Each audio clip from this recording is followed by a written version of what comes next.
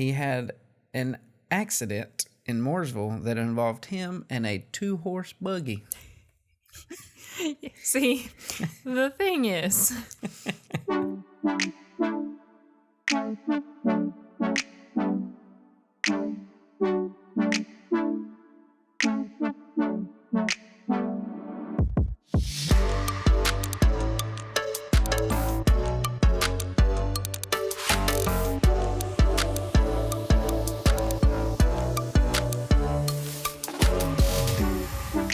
welcome to the Charlotte Buzz, where we drink beer from local breweries while telling stories about the neighborhoods they're from. I'm Chrissy, and this is Drew. Today, gonna give a quick shout out to Heyo. Legion Brewing. They threw a pretty awesome party last weekend. We got a chance to present them with the Golden Growler. Turned out pretty nice, in my opinion. Yeah, it was pretty sweet looking. Whole lot of elbow work went into that sucker. Yeah. You can probably go there and check it out if you want to see it. Yeah, we'll have to go back and see if they put it out on display. They were kind of carrying it around with them most of the day while we were there on Saturday, but it was pretty sweet. But yeah, they threw a little party, gave some stuff away. Tickets to the Untapped Festival. Yeah. Shout out.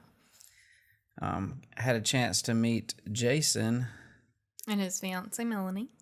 The originator. Yeah, the mind instigator behind the Buzz bracket. So appreciate it. Yeah, it was really cool. The people on the internet actually exist in real life. I know that's shocking. Yeah, weird. But apparently we have several of the same stomping grounds, run into each other. Well, have been at the exact same places at the same time and not knowingly run into each other yet. So now we'll know. Yeah. So today we're drinking from King Canary. Shabam. Which has really fancy golden growlers. Yeah. Not to be confused with the Golden Growler. Right. But one Mr. Drew Golden across the way from me, I believe, is thoroughly happy with this packaging. Yeah. I like gold. It is IW Milkshake IPA. How's your weight? 6%. Milkshake IPA. The real question still stands. Does it bring all the boys to the yard? Guess we'll find out. Does this bring boys to the yard better than a milkshake because it's beer? Milkshake. Maybe. I don't know. It's a milkshake IPA with lactose, vanilla, strawberries. Whoa, milkshake with lactose? Yeah. Strange. Strawberries, blood orange, and a touch of raspberry. You know, I didn't get the hint while we were there, I don't think. But as soon as you opened that, I smelled strawberries. Yeah, I don't think... So we went there, obviously, to buy the beer, and tasted a handful of them. And by handful, I mean almost everything they had on tap. Yeah. But yeah, I wouldn't have said strawberry, I don't think, in that moment either. Yeah, but I smelled it.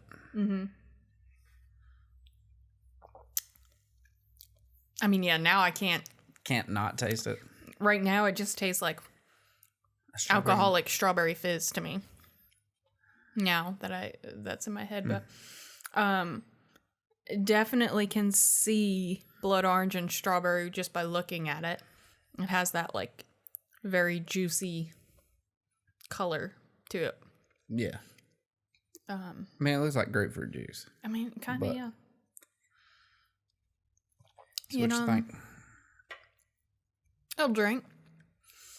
I can't get my head around past strawberries now. Like, that's all I can taste. But I think milkshake is a decent descriptor of it. Like, it's not like thick like a tippa or a dippa, but or a quippa is what I was thinking, even though I said dippa. I don't know. It just has a thicker texture quality to it. But yeah, it's very fruity. Kind of like a milkshake. Oh. What say ye about it? I'm actually getting that raspberry. Are you? Which is upsetting. I wish I wouldn't have read that part. But see, this is why you got to taste stuff before you know what's in it. Yeah, not a big raspberry fan. Not either. But I don't know. It's definitely, we need to start tasting these and then read the descriptions, because that was very much... Yeah. You definitely put flavor profiles into my brain, and I can't get past them. What about the lactose? You getting any? It does not taste like milk, but I don't know. I know lactose is like the sugar in milk, and so I don't know that specifically has a flavor. Hey, I don't know. If you were intolerant of it, you'd find out. Yeah, you'd know later. Yeah. Thankfully, I'm not, because my mac and cheese life would be heartbroken. But it's good, minus the raspberry. It'll drink for me. Mm-hmm. We did this week make our official Van Gogh Creative Untapped. Yes. So, starting with this beer, we will go on there and start ranking them, and maybe actually put some notes in there and stuff. I never use it to its full capacity on my personal account, so we'll have to dive a little deeper into it. Yeah. But you can look out for that. I'm not sure if you become friends with people on Untapped, or if you just follow them. But either way, friend us. We'll friend you back. It's at Van Gogh Creative. Mm-hmm. We would have done the Charlotte Buzz, but someone took it. So, at Van Gogh Creative it is. We'll just keep it consistent with the rest of our socials. Oh, yeah. So, go find us over there and find out what we ranked it and what we thought about it on there too. Yeah. So, they're from Mooresville. Yes. So, love their branding. Yes. I got some things to say about that. Yeah. I'm pretty sure I said something about their branding when we were doing the Buzz Bracket. You did. Yes. I just liked it. I mean, that gold and blue is a favorite combo of mine. Yeah. So that may have something to do with it. But then when we went to the brewery. Yes. I thought their branding was fine. I wasn't like all about it as much as he was just during the bracket, but we walked in that door and they had me. Yeah, it was on point. Yeah. So, to that end, King Canary opened in May of 2018, so they're not even a year old. They were created by a couple who moved here from Florida, and the fun connector to last week is that Matt, the husband, actually went to the Seibel Institute like Taboo did from Three Spirits. And I don't know if it's Andrea or Andrea, so apologies for however it's pronounced. She spent the last 10 years doing marketing and merchandising for Ralph Lauren, which makes a lot of sense with how, and she handles all of their... And the style, too. Yeah. I feel like. I totally agree. As soon as I read that, I was like, oh, it all makes sense now. Yep. It's just very well put together. It makes sense with the kind of product line they have and the way it's put together and just the general style. But, I mean, it works for them because it's done so well. The location is this really cute 2-story, like, I wanted to say boathouse, but... It's this little house right on the water near Lake Norman. It's not quite on the lake. It's on one of the little like tributaries of it. And we call them coves down here. Whatever.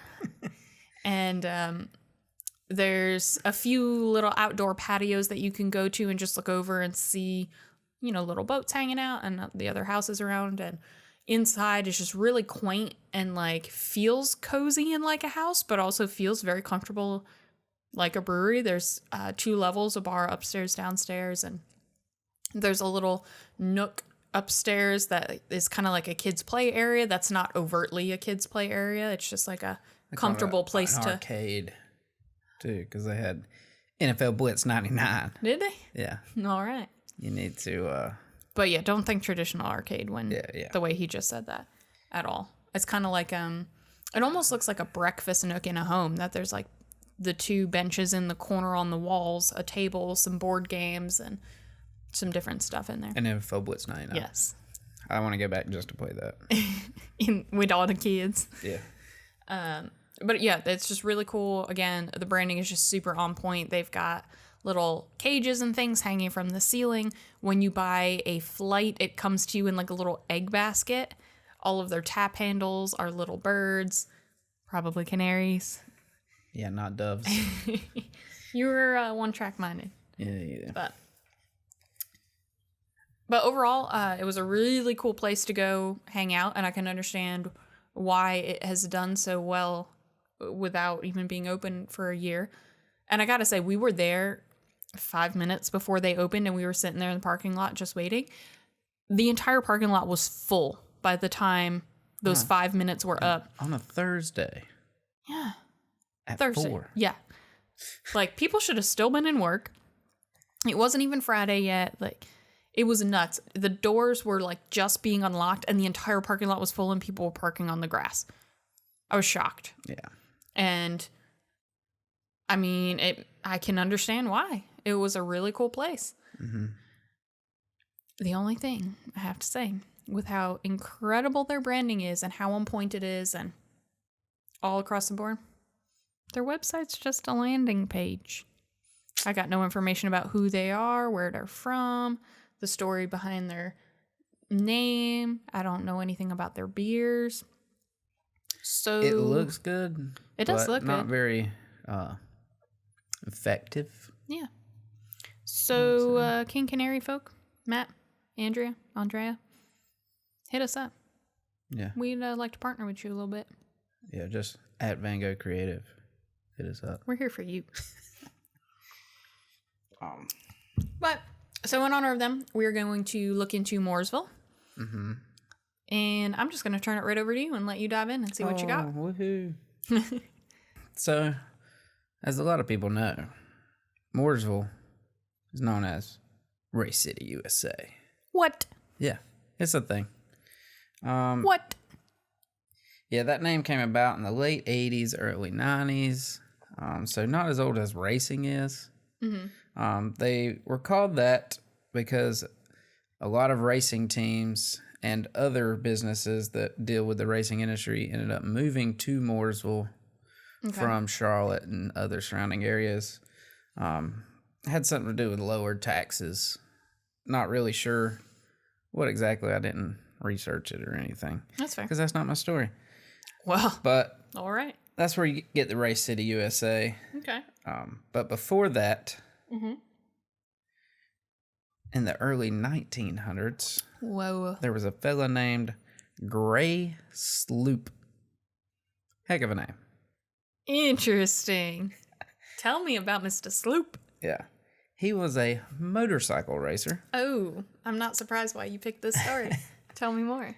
Yeah, so if you know anything about motorcycle racing, it's not that safe.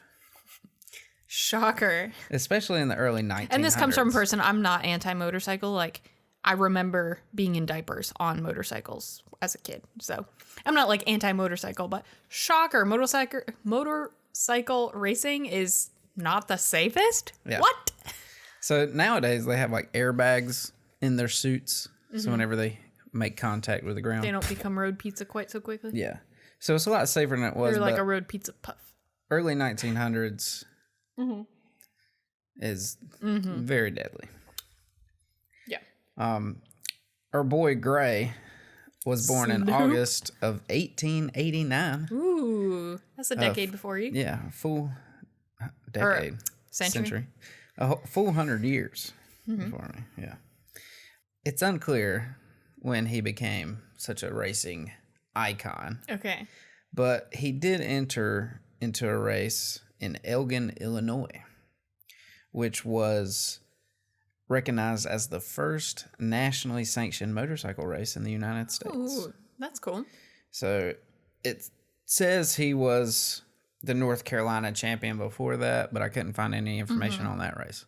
But we do have information on this race. All right. He was 23 at the time. This is 1913. Okay. And being from Mooresville and this race being in Illinois, when he signed up, people were confused. Because travel, not so much a thing. Yeah. So I have an excerpt from Motorcycle Illustrated about what people said when they saw his entrance into this race. All right, tell me. One of the latest entries to be received is from Mooresville, North Carolina, and is signed Gray Sloop. This entry puzzled the contest committee for some time, and Chairman Hill was inclined to believe that someone had worked in a yacht by mistake, because a sloop is a boat. Oh. So they were thinking a gray boat. Interesting. So he learned that Gray Sloop is a youngster who sprang from nowhere this year and romped off with the motorcycle championship of North Carolina. Romped. Yeah. Sloop will ride a Reading Standard machine in the Elgin race, and he is being talked of as a dark horse who is likely to spring surprises. Ooh. Sloop. Yeah. Little tie-in to Pennsylvania. A Reading Standard machine was made in Reading, Pennsylvania. I heard Reading, and that's what I thought, but thank you for confirming. Yeah, they were completely custom motorcycles built for the riders. Ooh. So that's what he drove at first. Nice. So Sloop ended up not being a dark horse. Dang. He had some complications and didn't finish the race. Ooh. All right. During qualifying, he had some brake malfunctions. Mm-hmm. You need those. A little bit. But he eventually qualified, and during the race, he broke over 10 chains on his motorcycle. Crap. I mean, if you've ever rode a bicycle, you need the chain and you need the brake. Yeah, that's like two main components of the. Yeah, them chains will pop off. The movement and stoppage. So he wasn't the only one though. So it wasn't like oh, he sucks. Like he's incompetent. It's just part of the game at that time. Yeah, 43 riders started, only 10 finished. Yikes. Okay. The winner averaged a speed of 55 miles per hour over public roads. I mean, in early 1900s, I feel like that's fast. What I wasn't able to gather, this was a 250-mile race contest. Distance. Yeah. Okay. Over an 8-mile course. Oh. Now, these are public roads. So I don't know if they shut the roads down. Right. I'm not real sure. Yeah. I would say yes. But you never know. But you never know in these times, especially what you're going to hear later. Oh, goodness. Okay. So, didn't do too well there. In early July of the next year is when we hear about him again. Okay. So, 1914, Sloop entered the Southern Championship race from Birmingham to Atlanta and back. All right. That's a 462-mile race. Well, all right. And took him 12 hours and 20 minutes. Now, I did the math because they didn't tell me. That's an average of 38 miles per hour. Okay. But he also had to change 12 tires during this, and also an entire wheel had to be changed. Yikes. So he's probably going a little bit faster. Yeah. But if you count in all the time that I'm not sure how long that takes. Probably a solid hour that's just downtime. Yeah, of him changing tires. Yeah. Because, that's not something you got a pit crew that can just zoop, zoop, zoop, and back out. But he won first place. Heck yeah, man. Get it, Sloop. So maybe the second place guy had to change 13 tires and replace a wheel. I mean, yeah, maybe. Who knows? Later that same month, he heads back to Charlotte area. Okay. And he's going to race a fella by the name of Archie Templeton. Hey. Wasn't Templeton a mouse in something? I don't know if I'm talking like a Disney movie or a kid's book or something, but Templeton in Archie comics. Well, I did think of that, but anyway. So, go on. Yeah. My ADD brain. They were going to race from Charlotte to Columbia and back. Okay. But when it came to speeding tickets, traffic, they were on their own.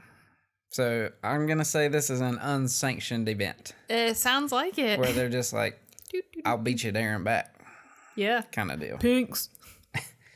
Old Sloop had my favorite name. Had engine problems 4 miles from the finish line, though. And old Archie took the W.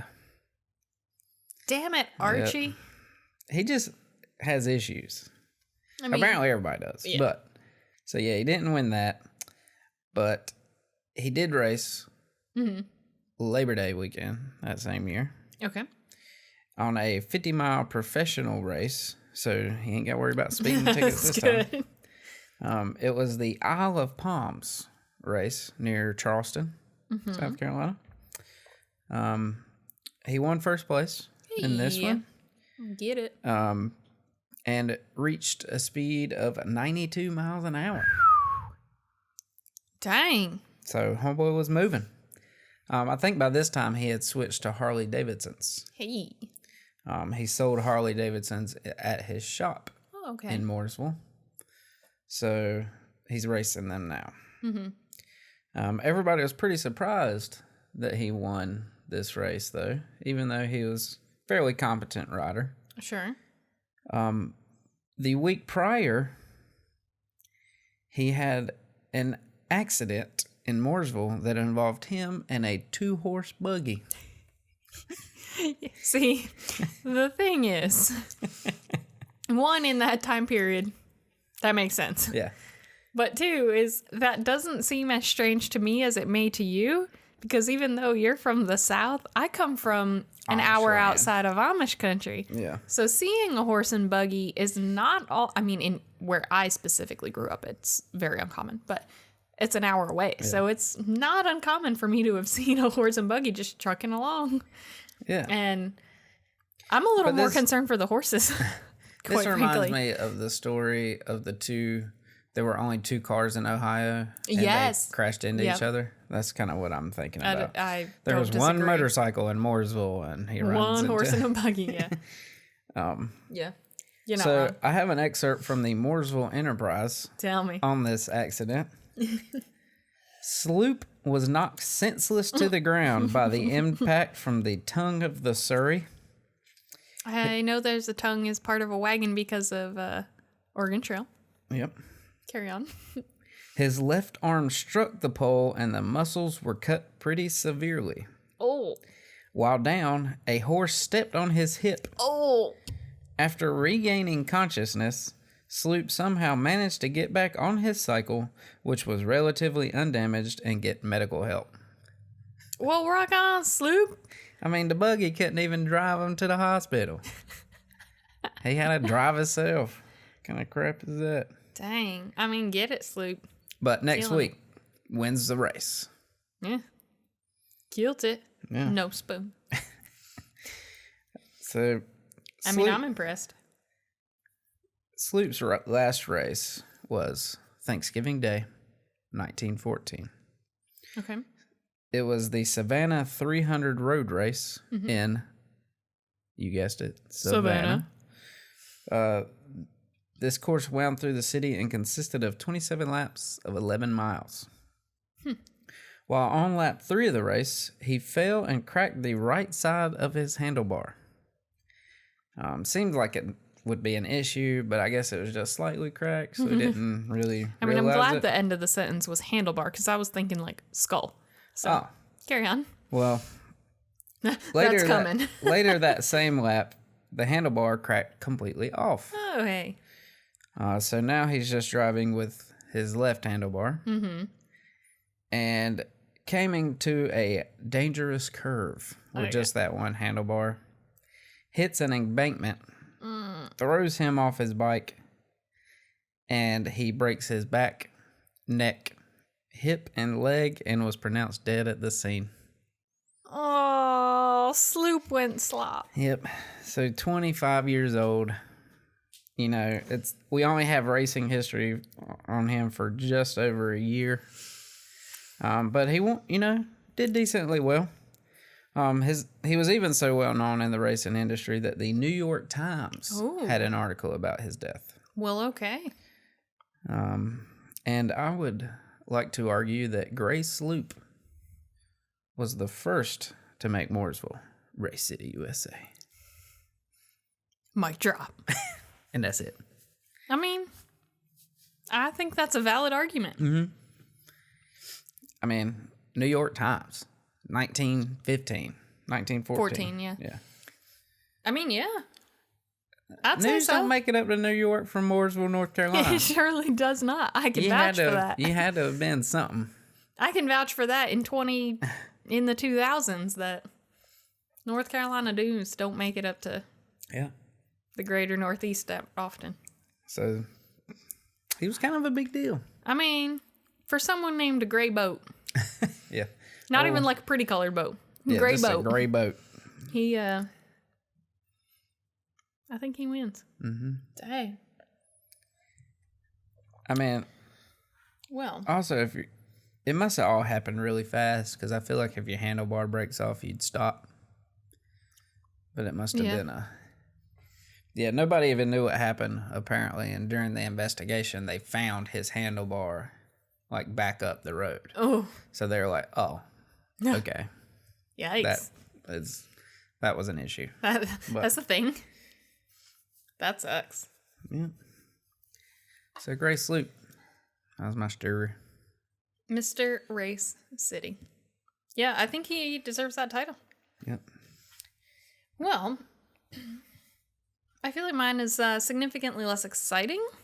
Okay. But good human interest piece. Very interesting. So, I'm just going to do, before I jump into my real part of the story, is quick little rundown on some Mooresville history. Mm-hmm. You did mention it's known as Race City, USA. It's in Iredell County, which I learned how to say last week. Yep, not Iredell. Correct. The earliest families came to settle in the area in the mid-1700s. Mm-hmm. So, several plantations grew from them in that area over time, and then in 1856, a railroad was put on the ridge of John Franklin Moore, and he set up a depot and encouraged others to help him establish a town there. With the Civil War, train tracks were removed, added. It was kind of a cluster, and so progress was hit or miss there for a while. But after the war ended, the town started to grow and flourish. It became known as Moore's Siding. I'm not quite sure what siding means, but it was like, Moore basically started it. So, and then after the Civil War, he found the need to incorporate the town. And so officially in 1873, the town became Mooresville. Shabam. So I started playing around on the Mooresville Museum website, which, FYI, if y'all want to connect with us for some help on your website, we're here for you. A lot of plugs this. Yeah. I mean, I guess I've seen worse, but they could definitely go for an upgrade. So, at Vanguard Creative, hit us up. So, again, those early settlers in the mid-1700s, they were English, German, and Scot-Irish.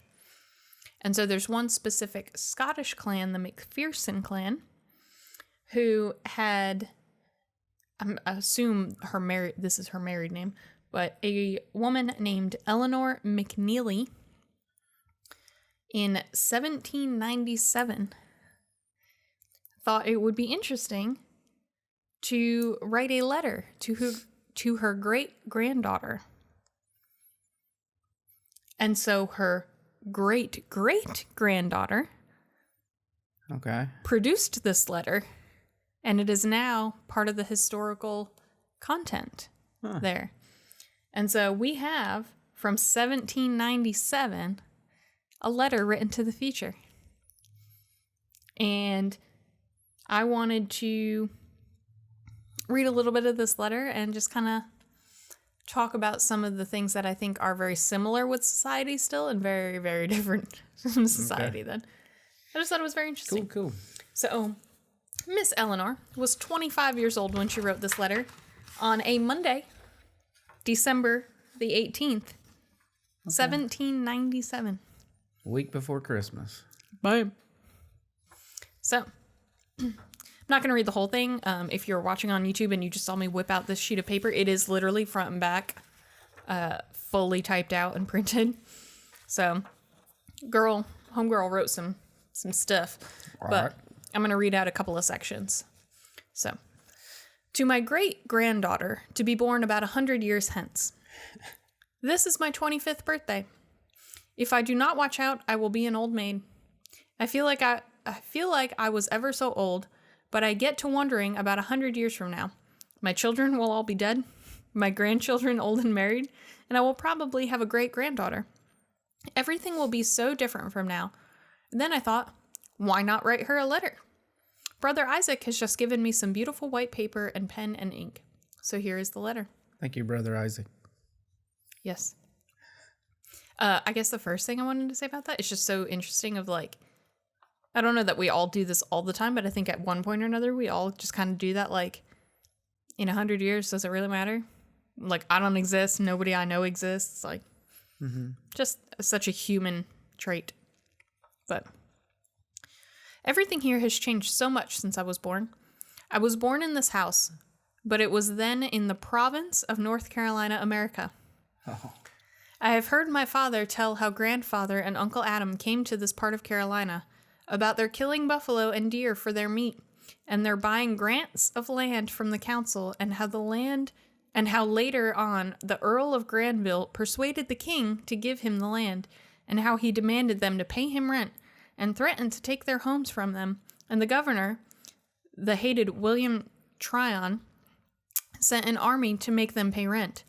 Father and hundreds of other regulators surrounded General Woodell, and he didn't make them pay for it. But that was all before my day.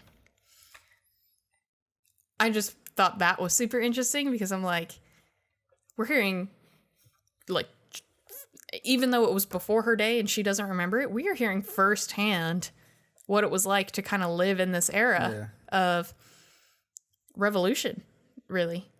And I just thought that was super interesting.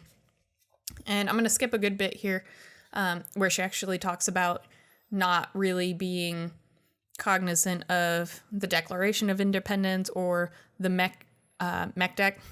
But she does, I will say, she does reference it. So for the people who are like, oh, I don't know. She does specifically say, I don't remember when Mecklenburg County declared independence, or for that matter, when Congress passed their declaration. But she does specifically say, like, they both happened. Things, yeah. They did both happen. So a little further down, she goes, 15 years ago, I started school, which would put her at 10 years old. Mm-hmm.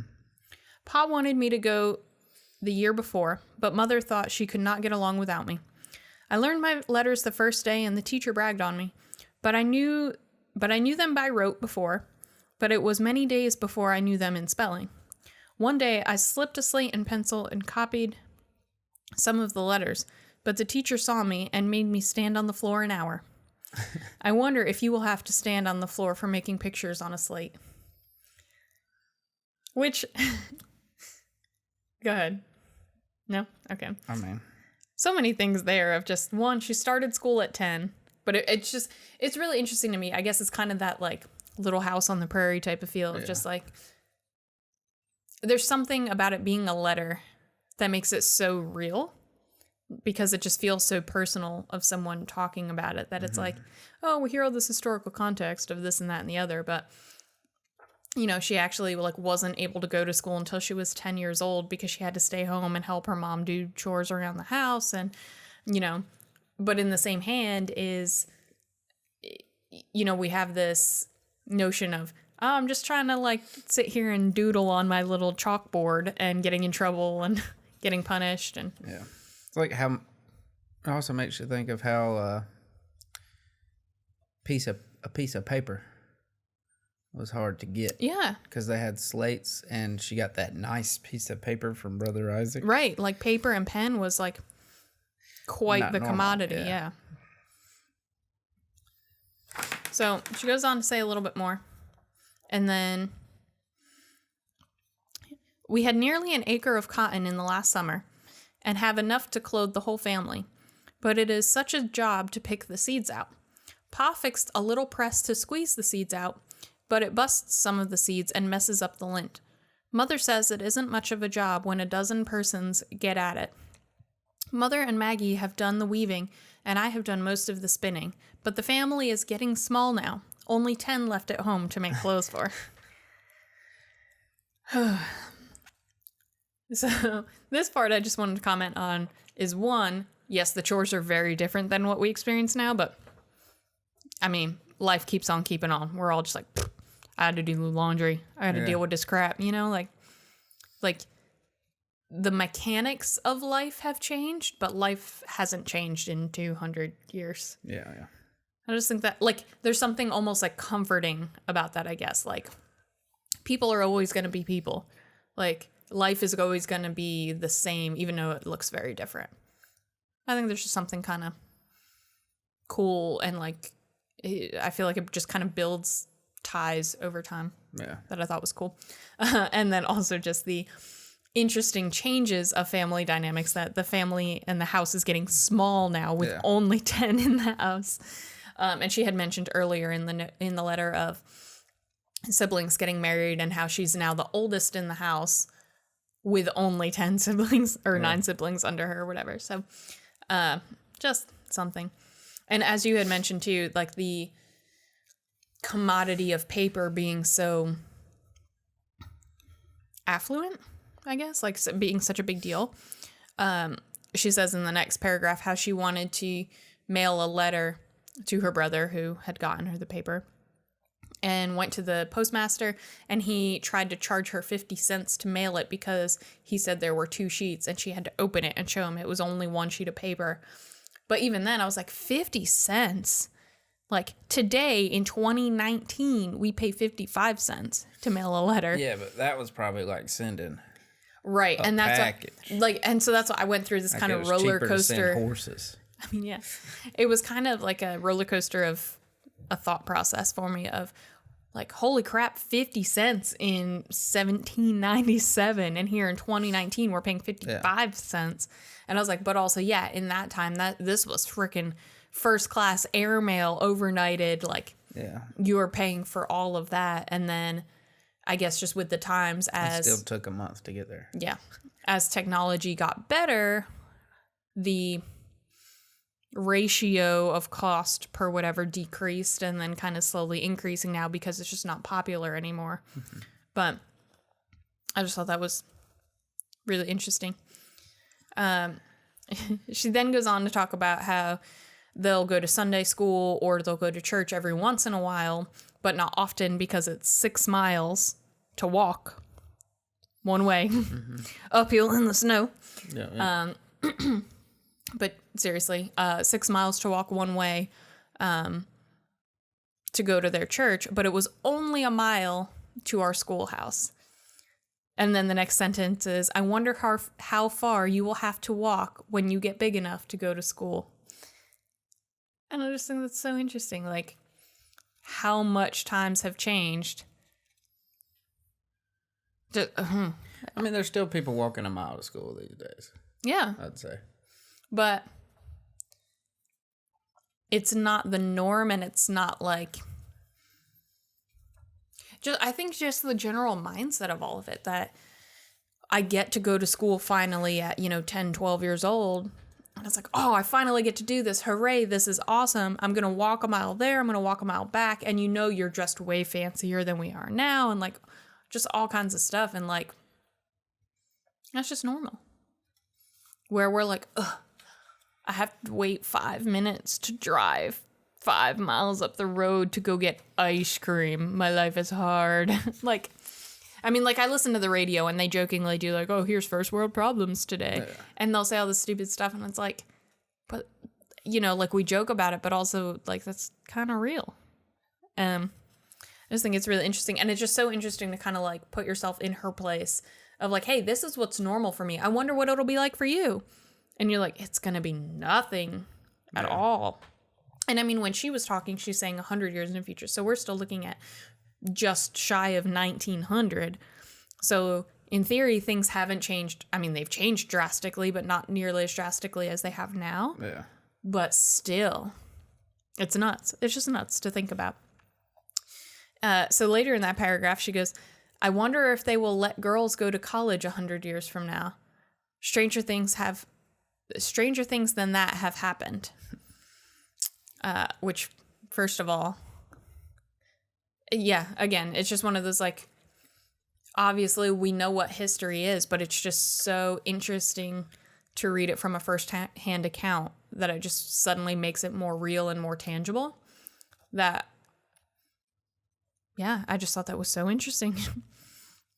The rest of this paragraph, I knew the history of what I'm about to say, but I guess my brain didn't put the dates with it and just assumed this was later in history.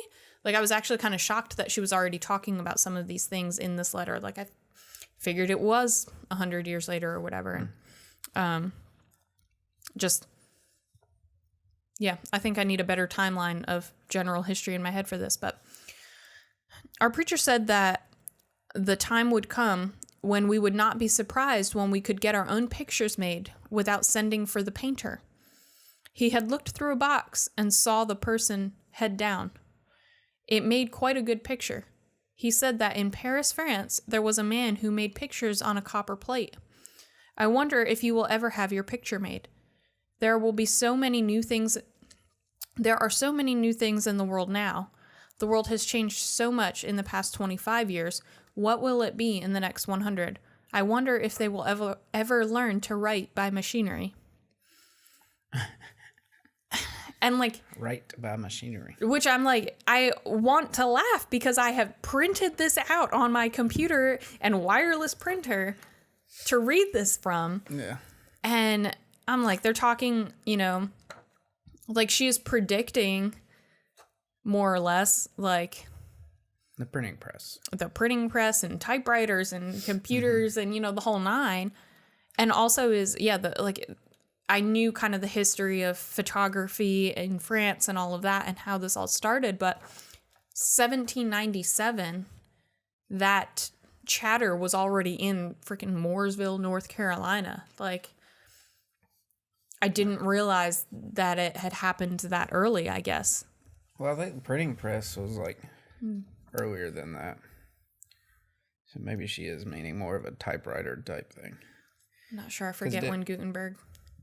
Didn't Benjamin Franklin have a printing press? I don't know. There's an episode of Boy Meets World about this, about Gutenberg and the printing press. And they do this whole, it's meant to be like a Jeopardy game show type thing, and Topanga's on it with the smart kids.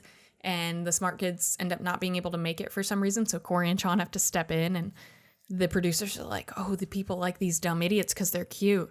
And so they make it into a game show of stupidity, and it becomes like X-Men comic trivia.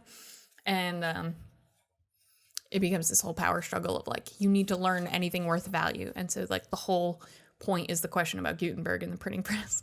And I don't know that date. I know the whole episode. Of course. But not that date. Learn things of value, Chris. I know. I totally missed the entire point of the episode and know all the mindless trivia that goes with it.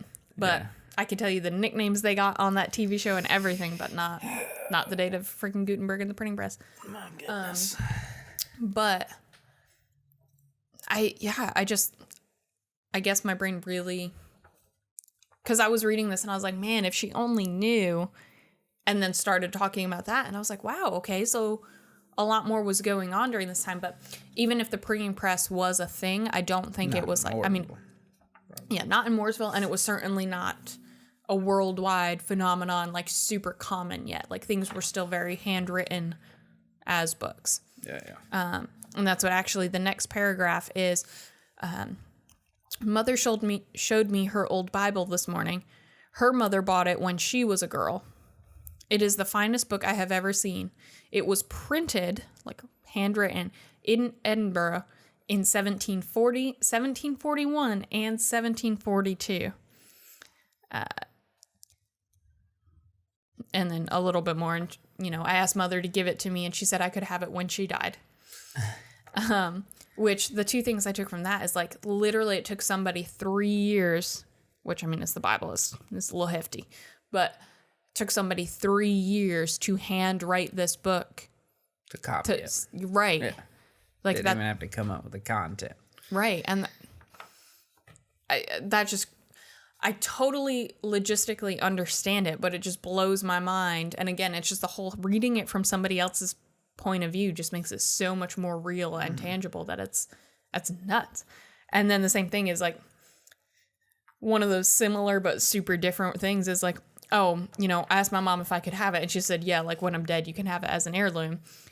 And I feel like to a certain degree, that's kind of a common thing still. Like, oh, can I have this? Like, yeah, you can have it like when my time comes, you know? Yeah. But I feel like in this sense, it was just super literal of like, yes, you can. Yeah, you know, in the next 20 years. Right. Like it's like it was just a much more like gritty, real conversation of like, yo, I'm going to die and then you can have it and then, you know, whatever. Yeah. Where for us, it's just kind of this like smiles and nods and like, yeah, sure, someday, whatever, haha. Like, I don't know. I feel like life was just way more serious, understandably so. Something that, you know, a sentence that could be taken an entirely different way today. Just, it has so much more depth 200 years ago. But, so, kind of closing remarks here. If the Lord will, I want to live in this world 50 more years. If I do, I am sure I will see many strange things in this world. I may want to go out west, even as far as the Great River, possibly over it, but I do not want to go out of the United States, the country in which I now live. With the best wishes, I close this letter, wishing you a long and happy life and many wonderful birthdays. Your loving great-grandmother, Eleanor McNeely. Oh, Eleanor. Good old Eleanor. That's another thing that happened back then that doesn't happen now. Strange People name names. their kids Eleanor and Grace Loop. Well, I mean, you're not wrong. Well, we do have a Gray. Mm-hmm. He won the Buzz Bracket. He sure did. But what I think is also, this was 1797. And all I could think of when I heard Eleanor was The Raven by Edgar Allan Poe. And so that's, I mean, much more current. But I just think it's super interesting because there's so much of that that's obviously super dated. And it's just really cool to read a letter from somebody because it does make it so much more real.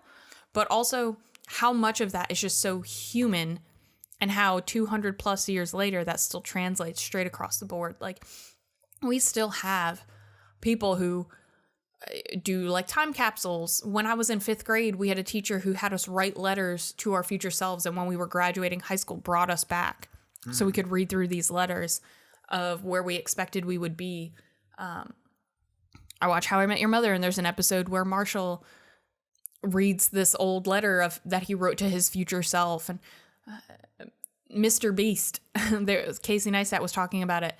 Mr. Beast on YouTube did a YouTube video, filmed himself and said, like, for 2 years in the future, and just said, hey, like, you know, this is where I'm at now. This is where I hope you are in 2 years. And posted it to post in the future 2 years, totally forgot about it. And then bloop, up this thing popped 2 years later. And he was like, holy, you know, like, it's just such a human thing to kind of guess and look to the future and want to sort of leave this mark of, hey, remember me. This is where I've been. This is who I am. This is what I'm doing. And whether it's to a future version of ourselves or to, you know, in this time looking to quite literally a future version of themselves, like their offspring. Like things like that just transcend our humanity, or I find so interesting. And then in the same hand, it's like, yeah, like there's so many things that are just wildly different in the semantics, but we're still people. We're still complaining about chores. We're still interested to grow and learn and travel and do. But it's just so interesting to me. Sure. And I just think it's cool that, like, there's things that we look at as super outrageous. And she's like, oh, you know, like, you know, crazier things have happened. Maybe they'll let girls go to school. And I mean, the world would end if they denied a girl a chance to go to school now, you know, like, which I'm thankful for. But I mean, it just makes me wonder, like, I feel like we need to do a time capsule. Like, let's do the, we're not going to, I'm just saying, like, you know, what are our predictions for the future? What do we think? Like, let's just put a little mark in the world of these are the things that we think are absolutely crazy right now. And 50 years, 100 years from now, like, what does the world look like? Because they think it's ridiculous that we think that's impossible. I mean, we carry around full computers in our pockets every day, and they're tiny as crap. And well, I think if you tried to guess right now, what would life be like in 100 years, you'd be completely wrong. Yeah. Because you don't know. Right. And everything's moving so fast that you can't even predict 10 years contemplate. From now. Yeah. 100 years from now. But I feel like every generation probably feels like that. Maybe. I don't know. I just think it's so interesting. I think there's just such a human quality in that. And I just felt like in process of reading this letter, like just super connected to this girl as another human being. And, you know, she's 200 years dead. But like for a minute, she was real again. Kind of a thing. And I think that's a very human thing, is like wanting to be remembered, wanting to leave a mark, where even though knowing you're going to be dead 100 years, but you're hoping that somewhere down your family line, someone will read this and for a minute you'll be real again. It's weird. It's morbid. Like, it puts me in a weird headspace, but I just think it's super interesting. And yeah, so cool. I just wanted us to take a little deep dive into the early families of Mooresville before it actually became Mooresville. That's what I've got. So check out the Mooresville Museum. Maybe they'll have a better website. The actual place, not the website. Yeah. Yeah. There's a lot of museums in Mooresville, though. Or there's like the NASCAR Auto Racing Hall of Fame. Yep. They've got there is actually a very big, like, did historical. I say NASCAR Auto Racing? You did. North Carolina Auto Racing Hall of Fame. There's a very historically minded group of Mooresville. They have a Facebook page where they basically come on and say, hey, who's got pictures of your house, like historical ones? Like, we want to bring these together. And it's just this group that's constantly digging up more history from the people themselves. And, you know, what's sitting in your basement? Let's talk about it. Let's bring this out and, like, truly develop the grassroots of what this history actually was. Let's not try to fabricate it. Let's not just tell a random glossed over story. Let's bring out the nitty gritty of each house and each family that exists here. And I think that's really cool, because I don't think that's a very common thing. Probably not. But all right, now that I took us down a very strange road, I think that's all we've got for this week. So go check out King Canary, because it's awesome. Yeah, cool looking place. It's a really cute little place. Absolutely worth fighting I-77 for at least one time to check it out. And the crowd once you get there. Yeah. Definitely worth the chaos that it takes to get there. And then it's up to you if you want to keep going back. So make sure that you like, comment, follow, subscribe, do all the things on all the social medias. And now go check us out on Untapped at Van Gogh Creative. And we'll see you next week. Check you later. Bye.